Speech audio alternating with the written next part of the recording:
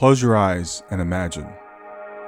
What if the things in life that cause us the greatest pain, the things that bring us grief, are challenges? Challenges designed to help us grow, to ultimately become what we were always meant to be. We feel like we've been buried, but what if, like a seed, we've been planted? And having been planted, we grow to become a mighty tree. Now, open your eyes. Open your eyes to this way of viewing life. Come with me as we explore your true, infinite, eternal nature.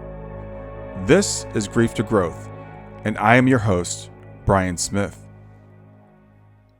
Hi there, welcome to Grief to Growth. I'm Brian Smith, and whether this is your first time joining us or you've been walking this road with me for a while, I'm so glad that you're here. The show exists because grief changes everything, and most of what we're taught about it just isn't enough. We talk about loss, love that doesn't die, and the possibility that people we've lost aren't as far away as they seem. I bring on guests who are doing the real work, the kind that goes deeper than the 5 stages in a pamphlet. Dr. Irene Blinston is a transpersonal psychologist, an independent researcher, and one of the rare voices in mental health who takes the sacred seriously as science. For over 2 decades, she's been exploring the territory most psychologists won't touch: mystical experiences, altered states, and what happens when the veil between the living and the dead grows thin. She holds a PhD in transpersonal psychology, and her research has taken her from studying children who witness sacred apparitions to the ancient practice of mirror gazing, a ritual used in the ancient world that she's helping to bring back to life as a grief healing tool. Her book, Gazing into the Afterlife, explores the Psychomanteum, a practice so old and so quietly powerful that most of the modern world has forgotten about it and forgotten it even existed. In this conversation, we're going to go somewhere most grief conversations never go. We're going to talk about what happens when ancient wisdom and modern psychology stop arguing with each other and start working together. When the ritual of sitting in darkness with a mirror becomes a doorway. When grief becomes not something just to survive, but a portal to whom you're becoming. So if you've ever felt the presence of someone you've lost and had no language for it, no framework that made room for it, this one's for you. If the thought of just moving on has felt like a betrayal, like continuing to love the person you lost makes you somehow broken in the eyes of the world, I want you to stay with us. And if you want to continue the conversation after the episode, head over to grieftogrowth.com, grieftogrowth.substack.com, and you'll find an article about today's discussion where you can comment and connect with me and other listeners. So let's get started. Let's welcome Irene Blinston. I'm glad to have you here, Dr. Blinston. One of the things before we get started, just so people understand, you're a transpersonal psychologist, and some people may not know what that is. Could you explain to people what a transpersonal psychologist is? Well, transpersonal psychology is, we cover all the conventional psychology information and all the teaching, but we go beyond that. So we study spiritual traditions, and a lot of what conventional psychology might consider psychosis or psychotic episodes are looked at in other spiritual traditions as normal. It's a spiritual experience. So we looked at a lot of religious traditions and spiritual traditions. We also looked at parapsychology. We looked at altered states of consciousness, and even looked at the consideration of the continuation of consciousness or survival of consciousness after death. So we go into all of what might be considered woo-woo areas in conventional psychology. But I think it's really important because, especially for today, there's people who they're on their own spiritual journey. And we have to look at their situation as part of their normal being, or treated in such a way that we don't automatically go into a diagnosis of psychosis or something abnormal. Yeah, I got to tell you, I absolutely love that. And I've only spoken with one other person who's a transpersonal psychologist before. Personally, I believe everybody should be transpersonal. I was going to say every mental health professional should be transpersonal. I think every health professional should be transpersonal because it's treating the whole person, and it's understanding that we are not just our bodies and not just chemical reactions, but we have a spiritual component as well. Right. That is absolutely correct. Yeah. I never thought about it that everybody, all mental, or not just mental, but practitioners, whether it be in the physical health area or the mental health area. But that's something that, our research, hopefully, it's not always easy because we have to fund our own research most of the time. Right. But when we can get our research out there, to show empirically that these things happen and people are really okay. They just need to be treated or handled in a different way that honors whatever their tradition is or their Hmm. belief system is. Yeah, so that's actually a good idea. Yeah, my daughter is a mental health professional. She's a mental health counselor, and when she was going through school, and my daughter is also very intuitive in the spiritual side of things. And when she was going through school, of course, they said, none of that's allowed, Hmm. and we can't talk about those things. And even the fact is that people consciousness. I mean, we finding out the consciousness has so much role in mental and physical health even. And then then they said, well, we don't know what consciousness is, so let's just put that aside. We'll just treat the body. Right, right, exactly. That's exactly right. And I mean, it is. Well, we have to go into looking at hard science and the materialistic perspective Hmm. and reductionism, um, because if it can't be measured or reproduced, then it doesn't exist. And that's where the difficulty comes in.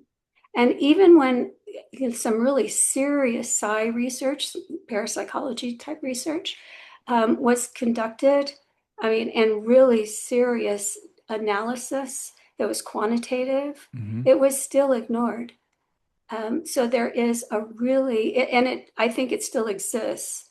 But I don't know if you're familiar with a professor from Davis, Charles Tart. I've Um, heard of him. yeah, he was one of my professors. I absolutely loved him. He did a lot of really deep research where he did some really serious analyses and um, covered all the bases to be accepted, and they still ignored his research, trying to get it published into like professional journals that Hmm. were in the auspices of more of the hard sciences. It was ignored.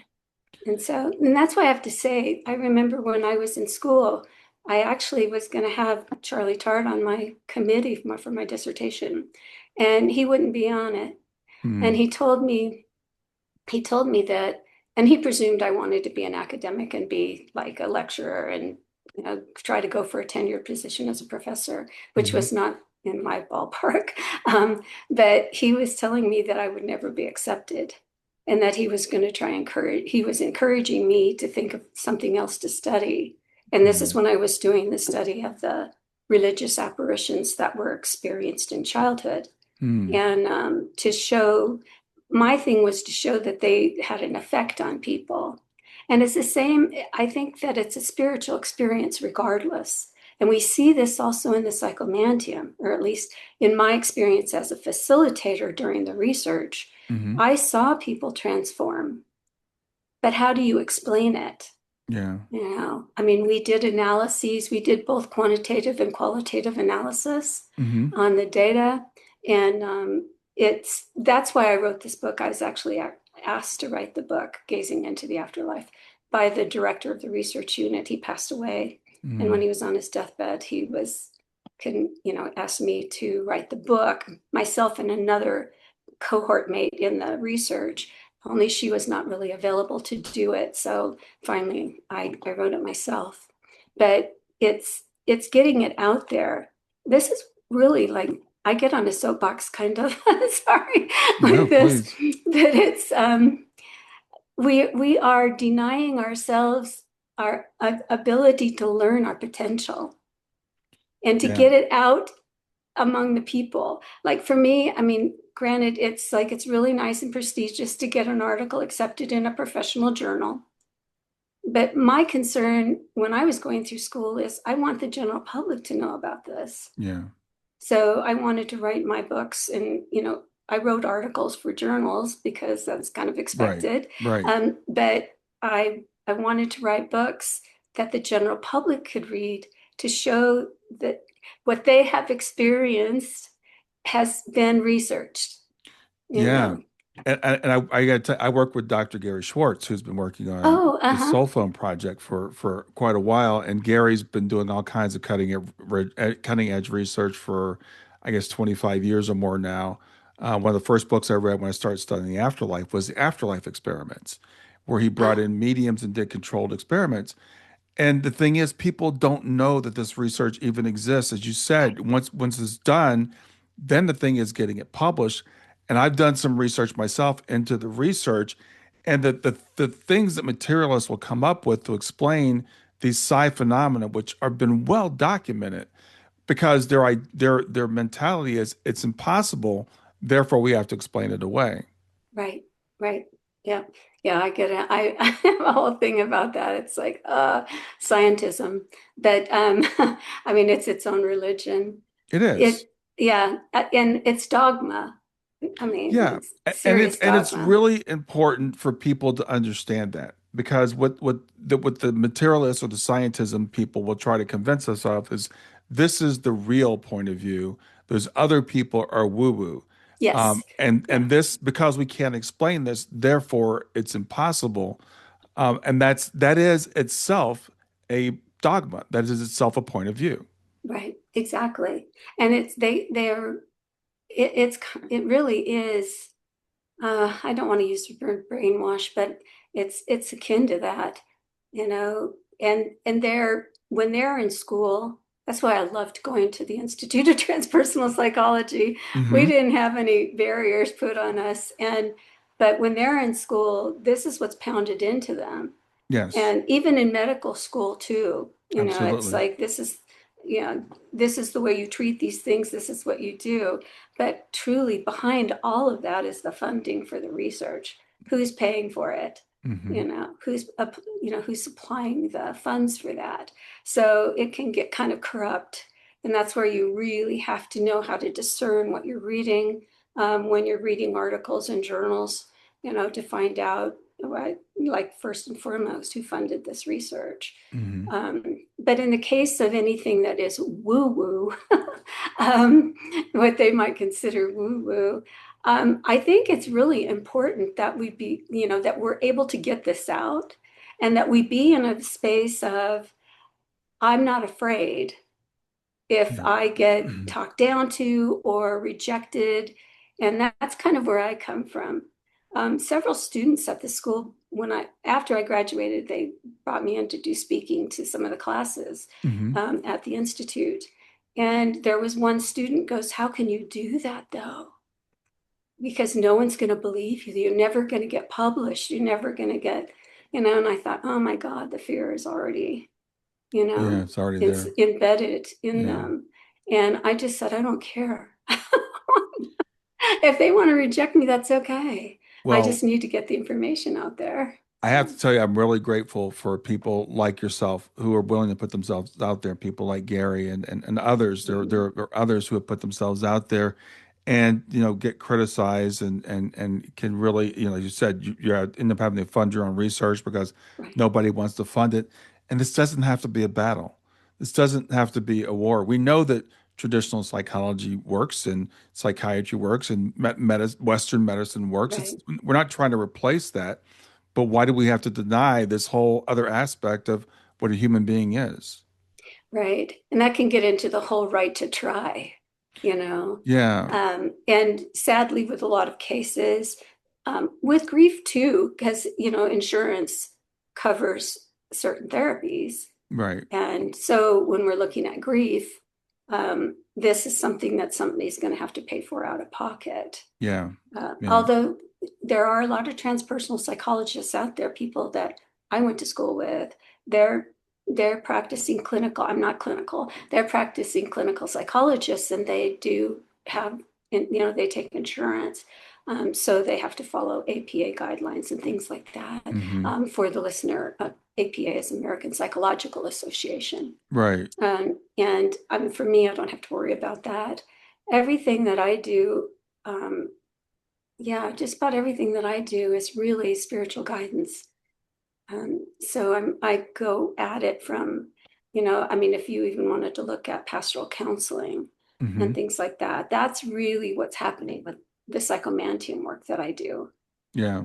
And any work, if I'm working with somebody who has had like apparitional experiences, spiritual experiences, um, truly, I think that it is spiritual guidance because they're having spiritual experiences, Yeah. just from my perspective. Well, as you were saying, I know you've worked with children who have had apparitional experiences, who have seen things. For people that might not understand that term, seen things that are spirit. I've spoken with someone who talks about this being, or this being of light, that would come to her room at night when she was a child, and it's completely, guided her life. Yes, And if she were taken to a traditional psychologist, they would say there's something wrong with you. exactly, exactly. And I'm glad you brought that up, because it's going into my research about apparitions. But I actually had participants that were adults that were recollecting their experiences as children. Hmm. And some of those people, I mean, I had really strict criteria. Um, it had to be a corporeal apparition, was just like, you know, you could sit down and have coffee with them and Oh, shake their wow. hand. And Okay. those were the criteria. And I put a call out around the world for participants for that research. Hmm. And that was for my doctoral dissertation. And I had so many people write in. They didn't qualify, but it was like someone they felt safe to tell their story. Yeah. And so I had I mean, not millions, but I think about 1,000 emails Yeah. that came in. And so these are things that people hold in. And one of the things I think you had mentioned in the intro, but I can't remember, sorry, was that they're afraid to say because people are going to think they're crazy. Yeah. That was probably the number one reason why these children, when they were kids, they kept it a secret. Yeah. In several cases, I was the first person they told. Even from childhood, they didn't tell anybody because they were so afraid. One person said, "I'm afraid they're going to put me in the nut house." You Well, know, it's true of that. It's true of near-death experiences, et cetera. And the thing is, I love it when people start doing the research, because we find out these things are not as uncommon as we think. And right, lately I've been running into a lot of people who have lost spouses, and I've done a little research myself, and it's like 60 to 75% of people who've lost a spouse have had some sort of after-death communication with them. And right. I was talking with a client just a couple of days ago, and she was telling me about the experiences she's had with her husband who's passed. She said, and I wish I could believe this was true. I want to believe this is true, but she doesn't feel like she has the permission, because Oh, because no one talks about it. right, right. Oh man, that is another huge one. And it happens so often. Yeah. In fact, things are getting a little lighter now as far as, the clinical perspective of apparitions, whether it be visual apparitions or auditory apparitions of deceased spouses, Mm-hmm. because it happens so often. Mm-hmm. But still, the point, I think, or the direction that um, the grief counseling has a tendency to go towards is the letting go and moving on. Yeah. Yeah. And fortunately, it continuing bonds theory, even though continuing bonds still has that ending part of it, it's that is becoming a little better known and more utilized. But my feeling is like, yeah, I mean, just like in other traditions, your relationship with the deceased, it's not ended, it's just in a different form, Yeah, You're I like, completely agree with that. And I was just thinking of another client I have that had a dream of his wife who had passed, where she was physically in the room. It was kind of funny because he was telling me before, he would kind of like to have this experience. And then when it happened, he was a little bit scared, but oh, she ended up, in the room with him. And then other members of his family had similar, experiences with her. And these are the things that people don't typically, I mean, people will tell me that, but they won't tell their friends that. right. Yeah, and that's unfortunate. Yeah. Again, that's that, the strong grip of the, scientism and Materialism. I have in my book the Phil experiment. I don't know if you've heard of that, but it was a group of skeptics. This was in Canada, and for the life of me, I wrote my book a long time ago. It was been over a year since I've even gone through to edit it again. Hmm. But there's a group of Canadian skeptics that got together, and they were going to prove that this whole seance thing was, all fake. Hmm. And because they were all skeptics, none of them were trying to fool anybody else, because their point was to show this. And they actually conjured up a spirit, for lack of a better way to describe it, that Hmm. was communicating by knocks and, Oh. Hmm. knocking sounds. And they named him Phil.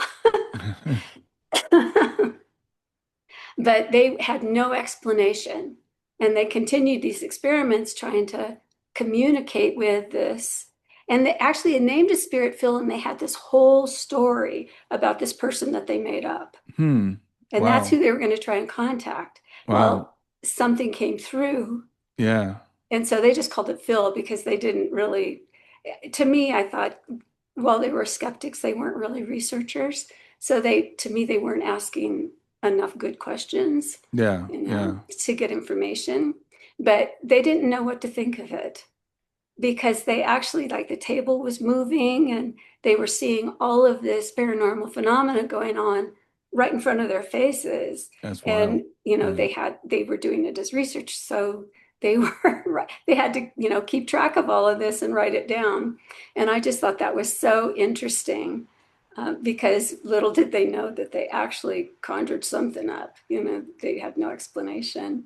Yeah, But well, that's why people mess around with Ouija boards, and sometimes my father tells a story about one of his relatives that when they were young was messing around with the Ouija board, thinking there's nothing was going to happen, and they end up scaring themselves. So you got to be careful when you're messing around with things that right. are on the other side. But to the psychomanteum or to the mirror gazing, as might be the more common term, explain to people what that is. Well, it is based on scrying, Mm-hmm. and Dr. Moody. He actually wouldn't take anybody to go through his psychomantium unless they could actually scry and see something in a crystal ball. Oh, I didn't know that part. So, Okay. because his work was, he was basing everything on apparitions. Okay. He wanted his people to be able to see apparitions of the deceased. And so he was real selective, and they had to be able to see an image in a crystal ball before he would take them through. And that's the same idea with a mirror. With mirror gazing, you're not looking at your own image. Right. The mirror is tilted so you can't see yourself. And it's a very dark room. And so in my case, I have a tent-like structure, Hmm. and it's all black and everything is dark. And it's basically like sensory deprivation. So there's no smell, there's no sound, there's, very low light. So you're looking into this mirror, only you don't see yourself. And the point is that you go into well, it's not you do go into a slight altered state of consciousness. Hmm. And that's when your critical brain kind of relaxes a little bit. And so you're able to be open to more things coming in and to have that experience. But the psychomantium is basically an environment set up specifically for a connection to beyond the veil. And as far as I'm concerned, the mirror is the portal to the other side. Hmm. And so that's what, I tell people, don't expect an apparition because it's really rare. It could happen, but be open to anything and everything, Hmm. and use that mirror. When you look into the mirror, that's to the other side. And it's kind of like ET phone home. You Yeah. can talk to your deceased loved one. So this is where you can communicate.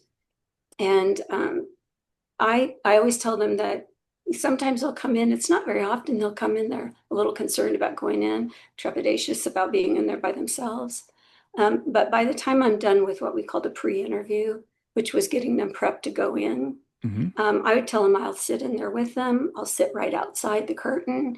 or I'll sit outside the room, whatever they want. Hmm. And usually I'll go, okay, yeah, I want you in there with me. And by the time we get to the Psychomanteum, they don't even want me in the room. They want me out of there. And Yeah. they're more than comfortable to be in there by themselves. And So this is based, as I understand, on is an ancient Greek practice. yeah, that's it.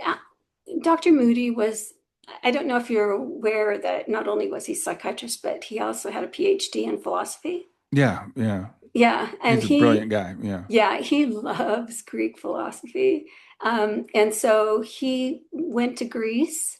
There used to be a video on YouTube a long time ago of him in his trip to Greece Oh, because he wow. had a film crew there. And he found what was called a necromantium, Hmm. which was like the hall of the dead, so to speak.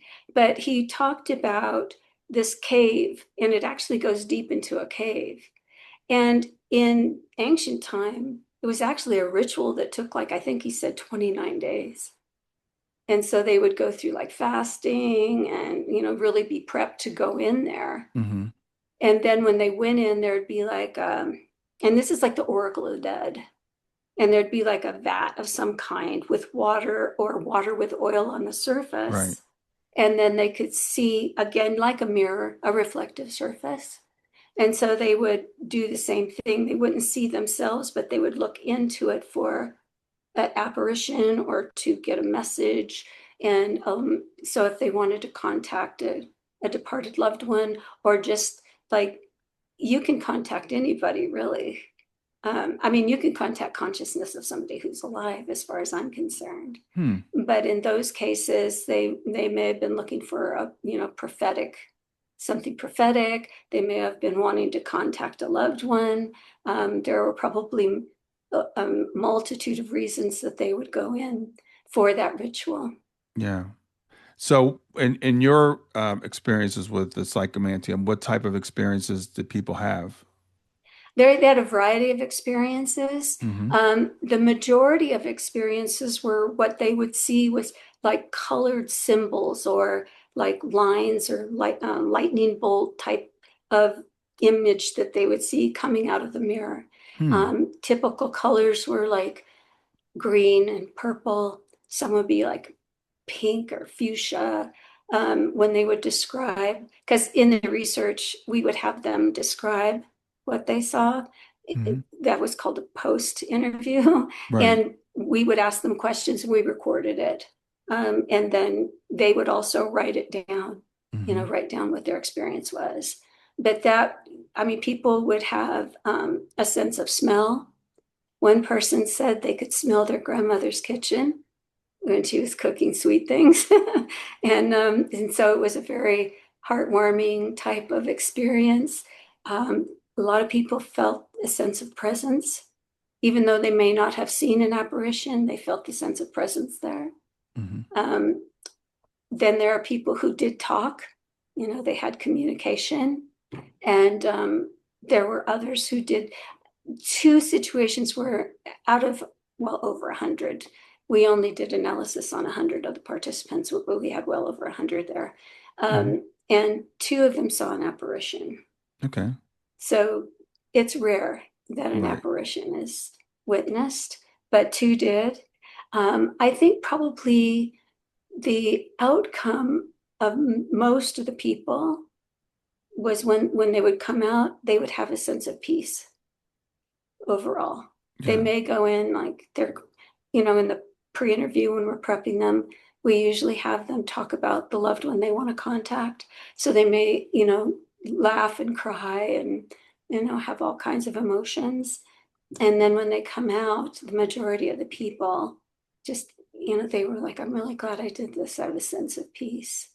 And some of the people that went in, I mean, it was pretty horrendous. Some of the reasons for their grief. Hmm. Um, I was on another interview and I said a word I guess I wasn't supposed to because YouTube cut it out.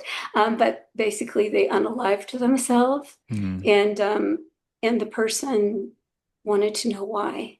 Hmm. And so when she came out, she felt at peace. And then another was a homicide. a brother was murdered. Mm. And so she went in and, because they don't know what happened, Yeah. they just hear about this. And so she wanted to go in and find out what happened. And to be honest with you, that was such a long time ago. And all I know is that she was glad she did it. And she, felt a sense of peace afterwards. Yeah. And I don't know if she got the full story. But actually I did two homicides, at least two, now that I think about it. Hmm. And another one was a sibling killed another sibling. And the mother wanted to know why. Yeah. And so she went in and had her experience. And she came out and she said she talked to her son, who did the deed. And Mm. anyway, she came out and she goes, I understand now.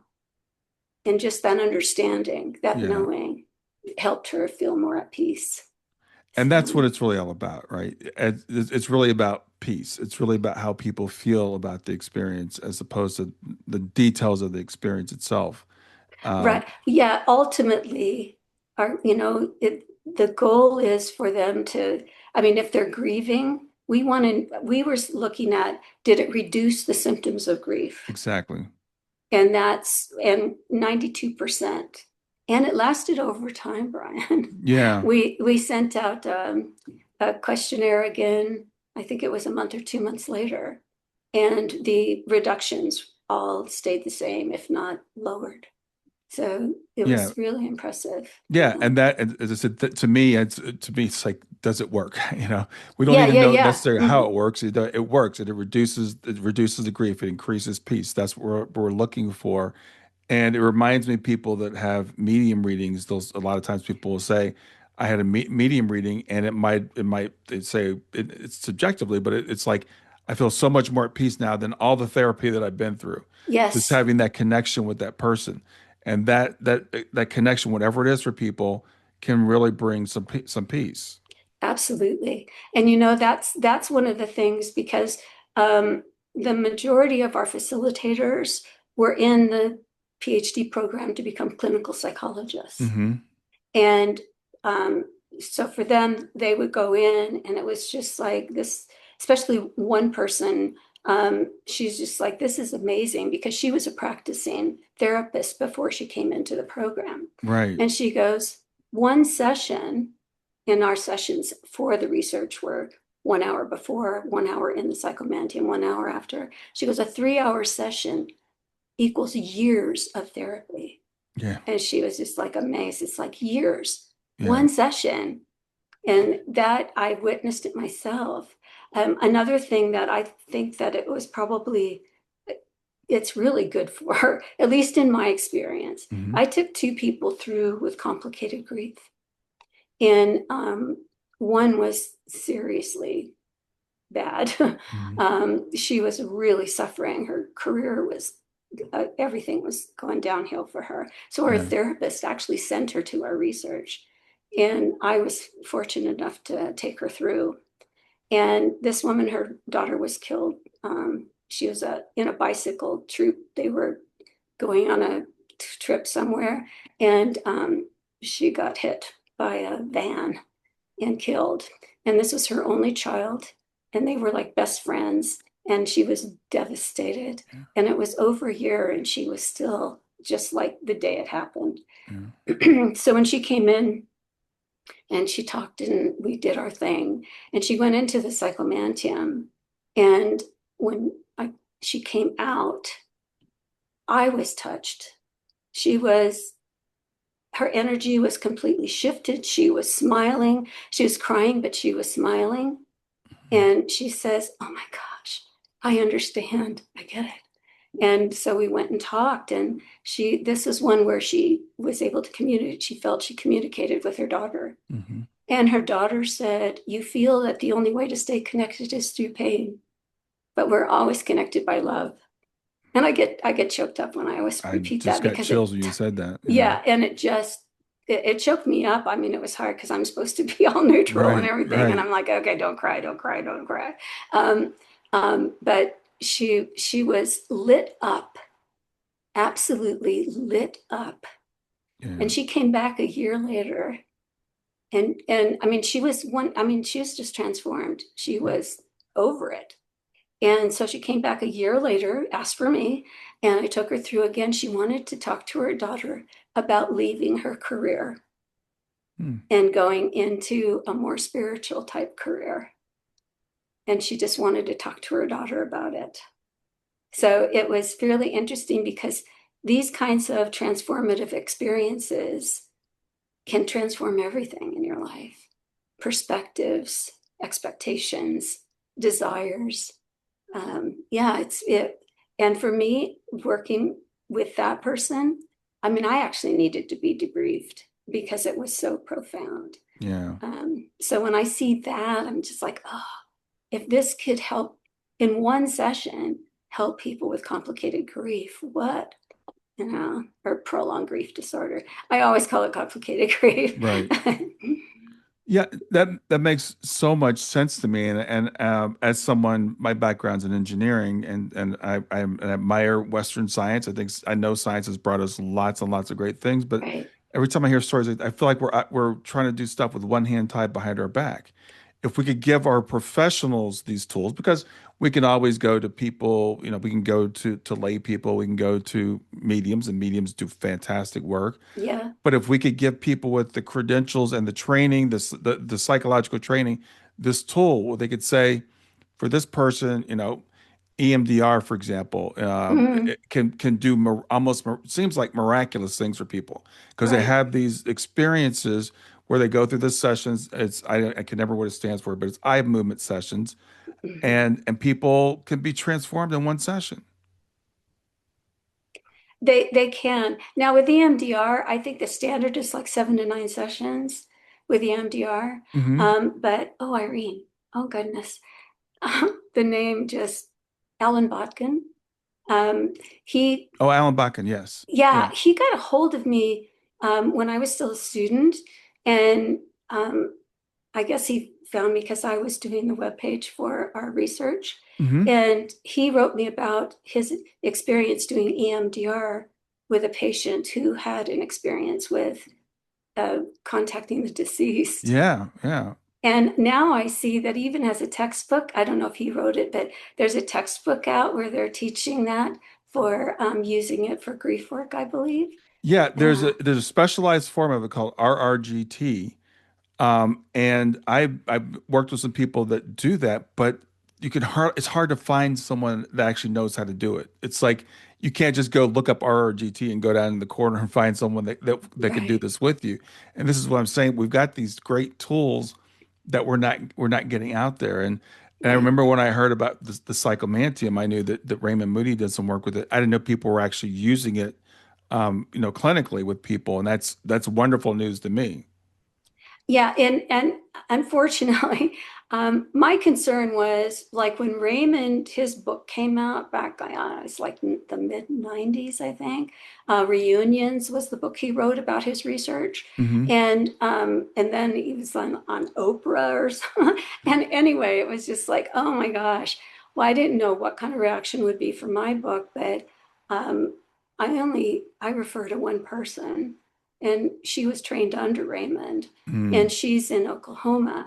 My psychomantium, I was in a fire in Paradise, California, and my psychomantium burned.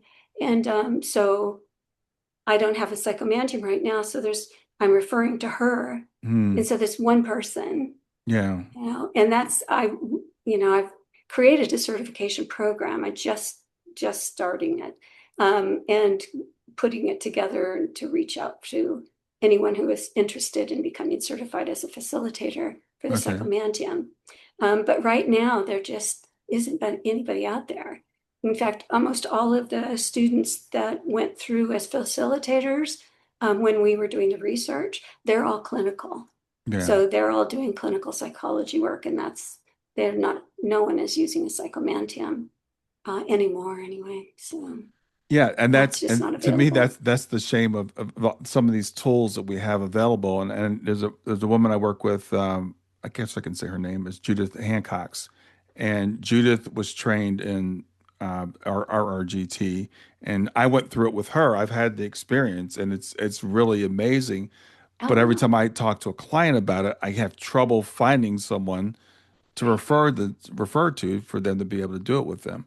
So that's what I love about the work that you're doing is getting this out there.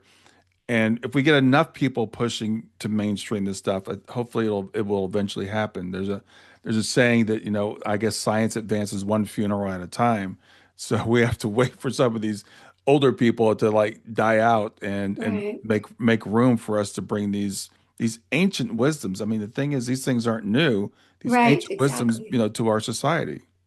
That's exactly right. And that's one of the things, it's kind of like, we're looking at something because it is so old, millennia old, Hmm. that it can't possibly fit with our modern world. Right. Yeah.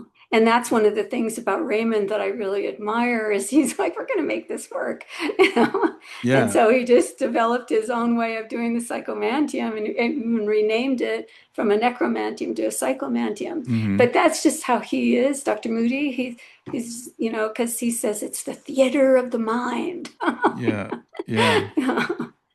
He's so cute. So let's talk about some of the other research you've done. I know you've done, we kind of touched on earlier, research with children who have had seen Well, apparitions. adults. Uh, I studied Adults adults. who, okay, yeah, Yeah, yeah, right. Who'd had apparitional experiences as children. yes, Yeah. yes. Yeah. So tell me about some of these experiences. Oh gosh. There were a lot, but for the ones, again, the criteria for the my research was it had to be a corporeal apparition. Right. And that's like strict. And the reason that I did that is, well, one, I wanted to graduate. and, and so I narrowed it down because I was doing qualitative research, not quantitative. Okay. And so I wanted to analyze and look at the qualities of their experiences. And I used heuristic method, which is, because I had the experience as a kid.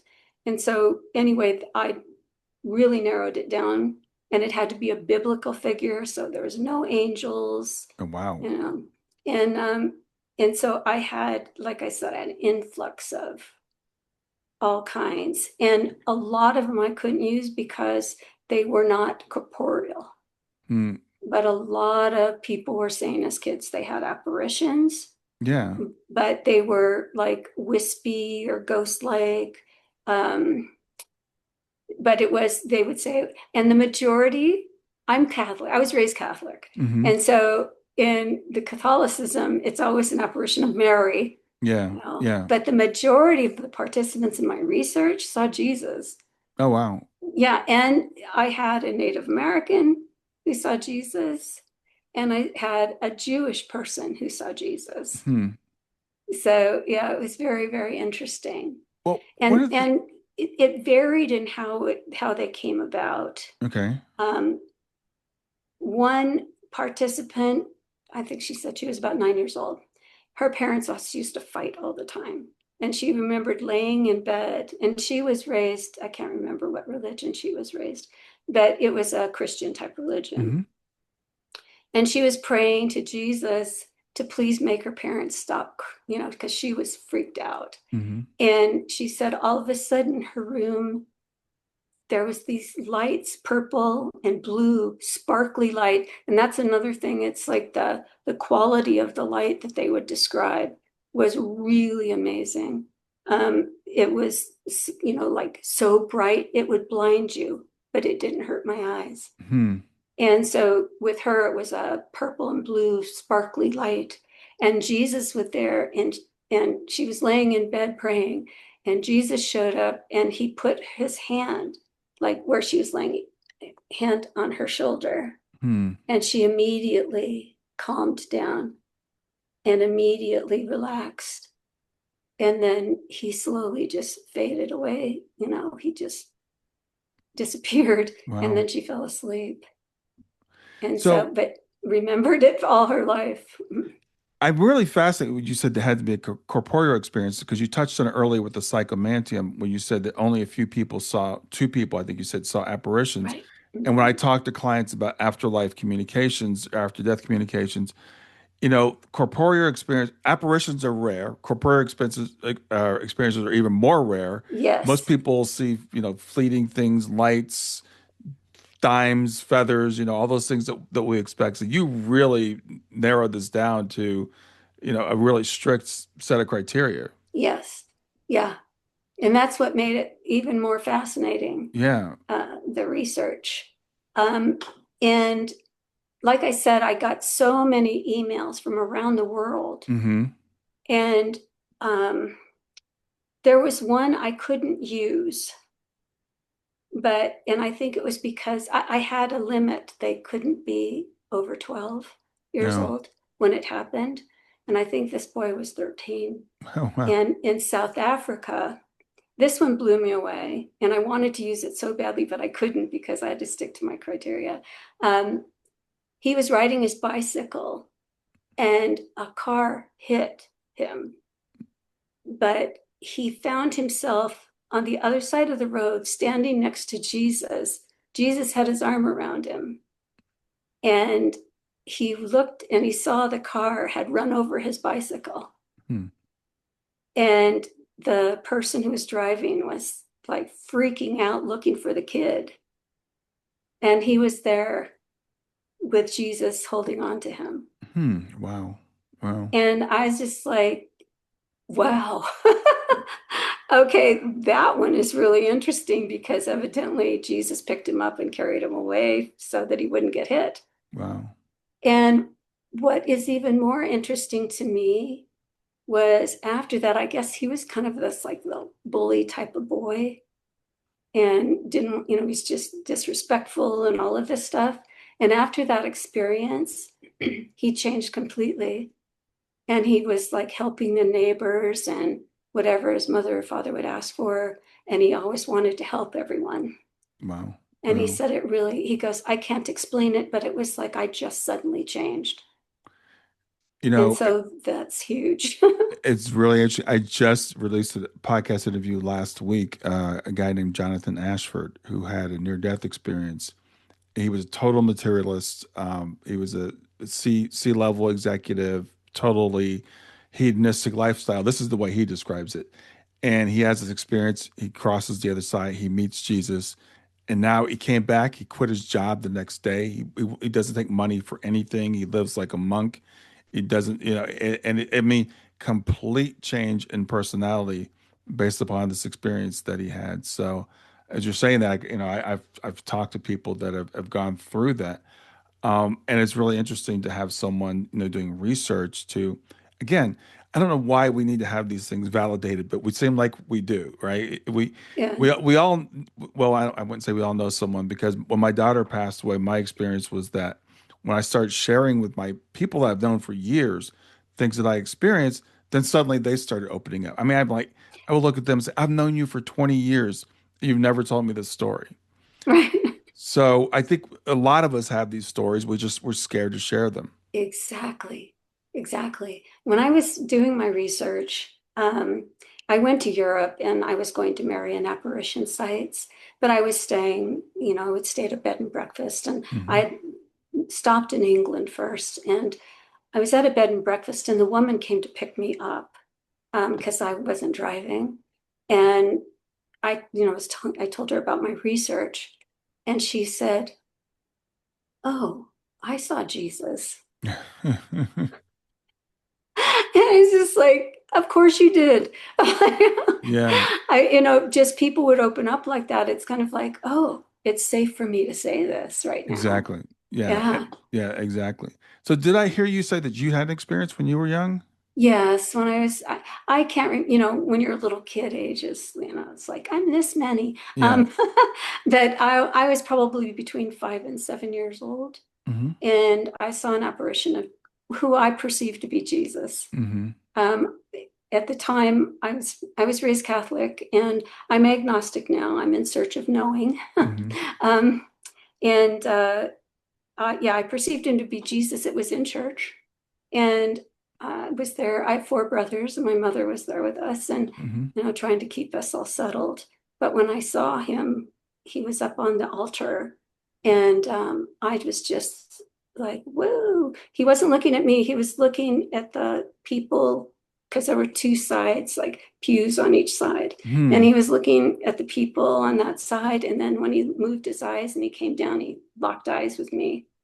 And he communicated something to me, and I can never talk about it because I just burst into tears whenever I do without any control whatsoever. Hmm. But he did communicate with me telepathically. Hmm. And so I was just like, Mom, and here we're in church, right? And I'm like, Jesus is up there at the altar, and I'm screaming. And so she's like, yeah, yeah, okay, he is. Calm down. Yeah. And my mother was really esoteric. I mean, she was a closet esotericist, is what I call. She taught us how to be more psychic, and I was raised with really interesting stuff. And Hmm. so, I mean, I figured if anybody's going to believe I saw Jesus, it would be my mother. Hmm. Now, if it would have been like an aunt or a great grandfather or something, she'd be all over it. Right. But because it was Jesus, it's like, yeah, right, okay. Yeah. And that was the shutdown, Uh, yeah. Yeah, that was the shutdown. It's like it's not safe to tell anybody. Yeah. And that's the Um, message that unfortunately a lot of us get. And that's again, that's the work hopefully that you're doing that'll help to remove that stigma that we have. Now, right. you said that you're agnostic now. You're in search of Yes, knowledge, which that means. But clearly you believe in something beyond this life. absolutely. Yeah. That's why I'm agnostic. Yeah. Um, I I was a precocious kid, and I was in Catholic school. I went to Hmm. Catholic school for 8 years, and I was always asking questions and then when they wouldn't answer, it would make me mad. Hmm. They would talk about the Bible and this, and I'm like, well, how could that happen? And why is this or that or whatever? Yeah. Don't ask And questions. I just thought, you're all a bunch of liars. This Hmm. is all a bunch of BS. And so by the time I was 11 years old, I would tell people I'm an atheist. I don't believe in this stuff. I'm an atheist. And my father was an atheist. Oh, Um, wow. yeah, it's a really interesting combo with my mother and my father. Yeah. But yeah, he was an atheist, kind of hardcore. But after, it's like I was having, okay, after I had the apparition of Jesus as a kid, I would have the same dream every night. Jesus would, I would find myself in a meadow opening of a forest. Hmm. And I'd be there with there'd be like 12 of us little girls. And Jesus was teaching us. Hmm.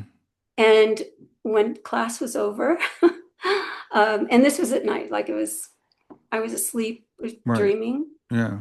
And whenever class was over, I'd run up to Jesus and put my arms around him or whatever, and he would touch my head or put his hand on my shoulder, and I would just bolt upright in bed. Hmm. And I could never remember what he taught us, and that happened every night.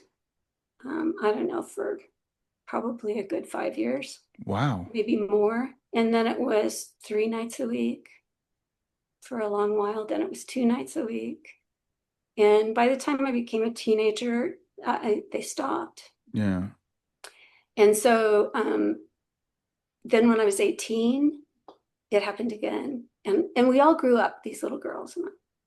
Oh, And wow. so when I was 18, they were all like 18-year-olds like me. Hmm. And so the same thing happened. Class was over. I ran up and hugged him. He touched me, and I felt upright. And that was the last one. And that Wow. was a grief thing for me because I felt like I was abandoned.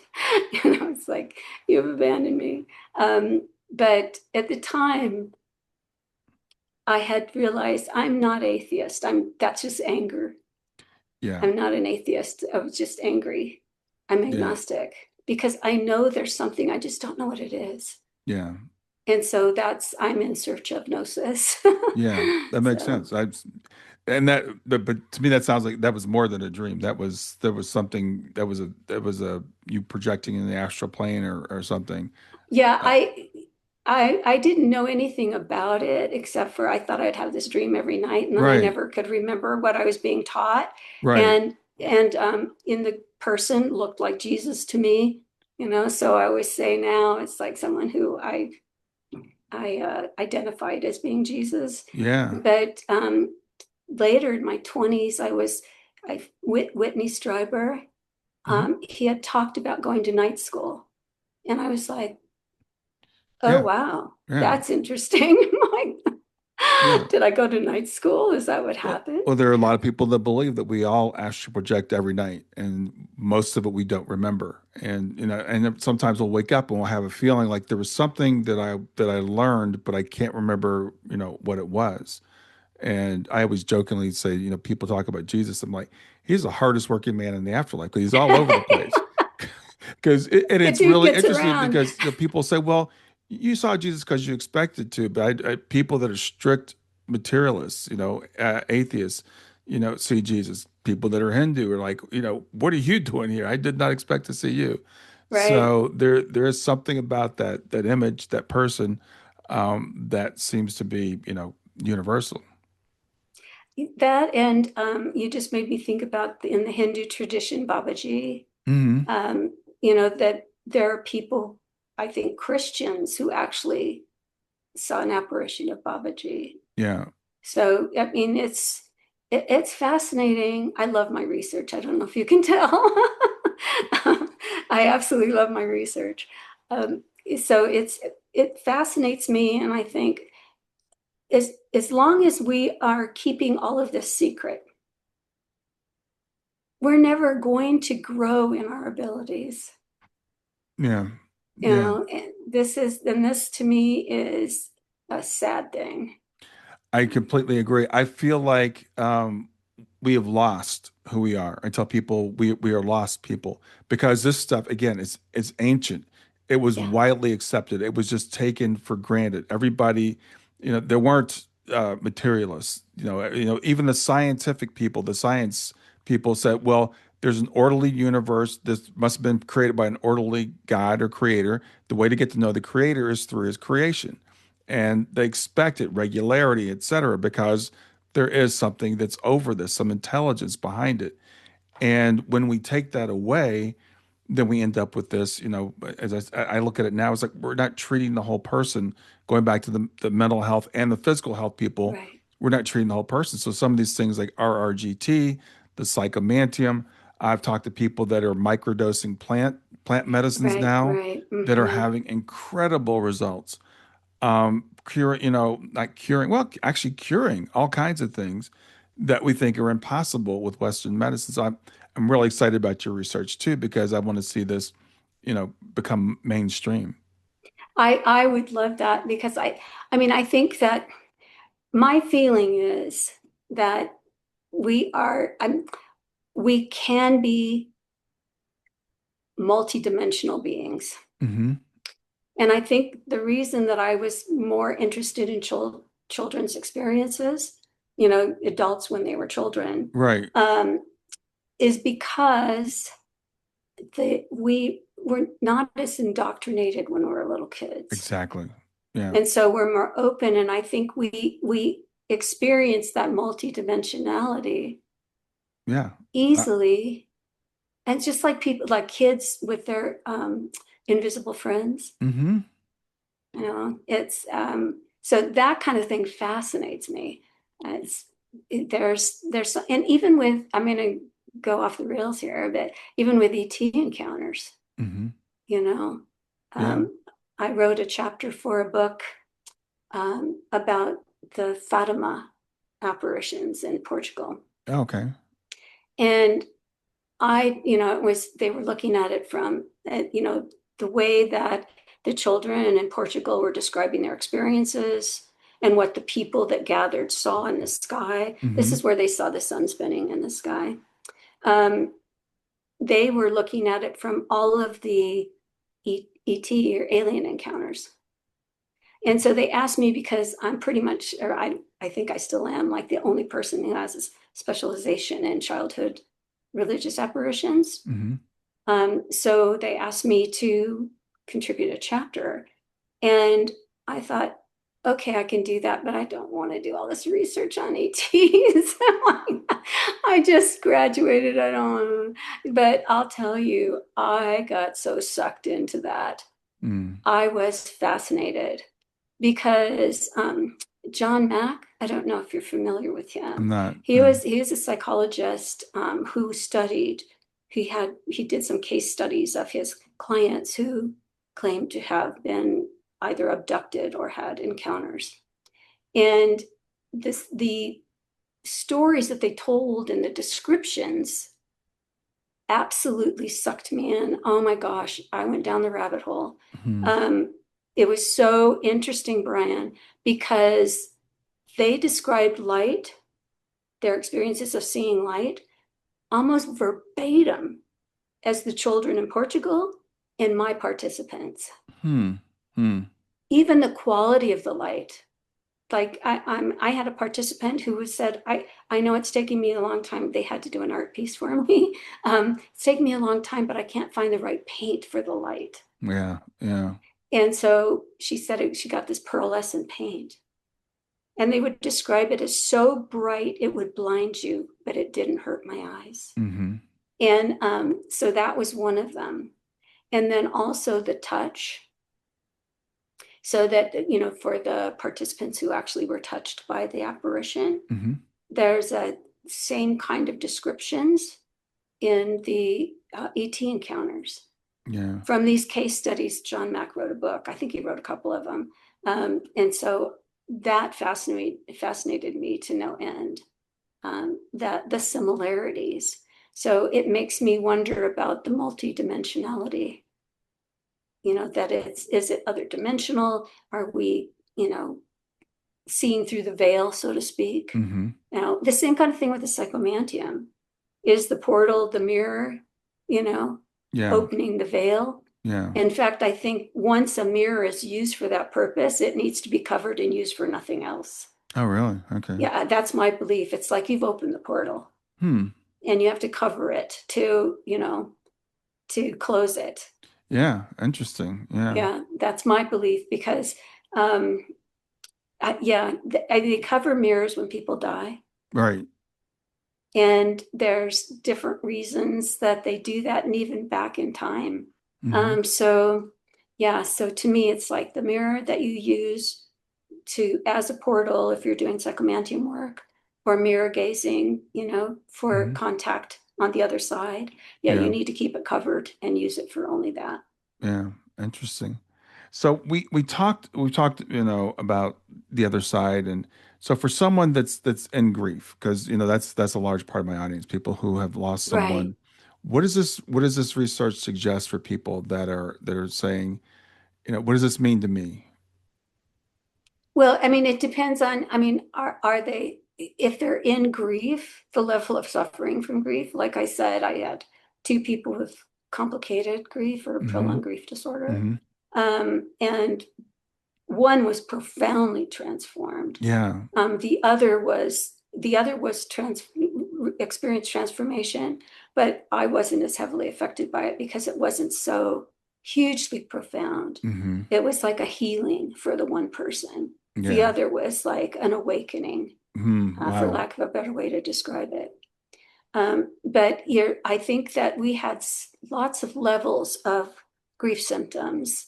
It's like anger, sadness, and all of them were reduced. Yeah. So if a person is grieving and suffering from grief, especially if they're suffering over, the typical, you should be over this by 6 months. Um, Yeah. it's like there are no deadlines, okay? But if it is, an extended period of time where your life is being disrupted or you're feeling sad all the time in your life. In fact, I think you did an article about when am I going to feel normal again? Hmm. Yeah. Yeah. Yeah, it's that same kind of thing. And when they go through the psychomantium, they heal they heal some part of them. So they feel at peace, or they feel like they're so happy they did that. They have a better understanding Hmm. and they've reduced their grief symptoms, Yeah. if And not again, eliminated them. yeah, that's what it's about. The thing is that, and I love the fact you mentioned continuing bonds, because that's always been my approach. I don't see any other way that we can deal with our grief, Yeah. in a realistic, healthy way, because What people, everyone, whether you're a materialist or you're, scientific, it's scientism, whatever, um, we all agree that the love doesn't die. Our love for that person continues. Right. And I've heard many people say, grief is love with no place to go. And and Mm-hmm. as I've heard that, I'm like, but there is some place for it to go. We just don't know it. We haven't been given permission. So we've been told to, I don't have that person to express that love to anymore. And it's like, yeah, you still can. And I think Right. that's what relieves the symptoms. Right. Yeah. And I think that, again, this is where it comes into we don't know what we're capable of. Yeah. And where people are seeing apparitions of their deceased loved ones, and not just in the Psychomanteum, but there's just a lot of stories of grieving spouses who see their deceased Yeah. spouse Hmm. like at the head of their bed or whatever, Hmm. in a kind of a wispy way, ghost-like way, but they feel comforted because they know who it is, that person has come, and they feel better about it. So these types of experiences that used to be considered, I mean, automatically as a psychotic experience or hallucination, um, gratefully now are a little more accepted, especially in the newly bereaved. Hmm. But it's still, I think that as long as people know what they can do, it's Yeah. like with my book is specifically about the psychomantium and people's experiences in the psychomantium. I talk about the different types of grief, which you have brought up too. I think one of the hardest ones is disenfranchised grief. But these are things that can be worked through. Every type of grief can be worked through in the psychomantium. Hmm. And it may even be true with that special EMDR. Um, but people just don't know. Yeah. They don't know. In fact, I belong to a Facebook group for, well, they believe in the afterlife. Hmm. I can't remember the name of it, evidence of the afterlife, I think, or proof of the afterlife. Hmm. But there are tons of grieving people in there, Yeah. and they want so much to be able to talk to, see their lost loved ones. Yeah. Yeah, but it's like there's mediums in there, and they'll make appointments with mediums and stuff. But that it seems like most people probably don't even know about the EMDR part. Right. I think mediums have been around just like the Oracle Dead. Hmm. They've been around forever. So everybody knows about mediums, but they don't know about the other modalities that they can Right. use to Right. help them. Right. So did I hear you say that working on a certification program for people to Yes, be able yeah. to, okay. Yeah, I am. I started to put it together last summer, and I was going to have it a year long. I'm just hardcore, because my whole thing is do no harm. Hmm. Yeah. And you have to, because obviously the psychomantium is not for everyone. Right. I mean, you really have to screen people because you don't want anybody who has a history of psychosis, or anybody who's on special types of, antipsychotic medications or anything Hmm. like Hmm. that, because Hmm. you don't want to trigger any kind of episode. Right. So you have to be really discerning. Okay. And you also have to follow the protocol where you prep them. You're there with them, even though you may not be in the room, you're outside the door of the room that they're in. Then you debrief. Right. Because the majority of the time, Brian, this is just like so classic. I have this in my book. When you open the flap to the psychomantium and they look up and they're like, nothing happened. Mm. They say that because they got in an altered state and they don't remember Yeah. anything. Yeah. And so that's why the debrief is so important, because we can ask them questions. And I ask them leading questions to get them to start talking about first steps. And when they were in there, did you lower the light? And then it's like, yeah, I lowered the light. And when I did that, I saw there were some colors in the mirror. Yeah. Yeah. And then you take them further, it's like, oh yeah, that's right. There was a wolf that jumped out of the mirror. Yeah. You know? Yeah. So these are things that you have to be, because one is you can actually ruin the experience for someone if it's not done correctly. Mm. And another is you maybe even make their grief worse. So you really have to know what you're doing. And that's why it's like with me, I was the lead facilitator in the research, and I did training for the facilitators. And so I'm really strict about that because Yeah. and that's why the certification, because I want to know that when they go out there to do the work, that they're actually prepared to do it and they're going to do a really good job. Well, I hope this happens. It's just another tool in the Yeah, toolkit that we can use to make that connection, with the other side. We talked about mediums. Mediums are great. I work with mediums. I've had yeah, many readings. They're fantastic. But there's something about having that your own experience through a facilitated exactly. after death communication. I've done meditations like that, or through the RRGT or something like this, where you can have your own experience. I think that's next level. So I applaud you for what you're doing. We're Oh, thank coming to you. the end of our time. I want to thank you for being here. If you're okay with people reaching out to you, let people know how they can reach you and remind people of the name of your book. The name of the book is Gazing into the Afterlife. Using, oh, it won't show. Using the mystery of the Psychomanteum to heal grief in all its forms. It's actually, Yeah. yeah. Yeah, so Gazing into the Afterlife is the title of the book. Hmm. They can reach, I have a website, portal to healinggrief.com. Awesome. It's all one word, portal to healing grief. And on there they can, see what I have available and also be able to contact me through my website.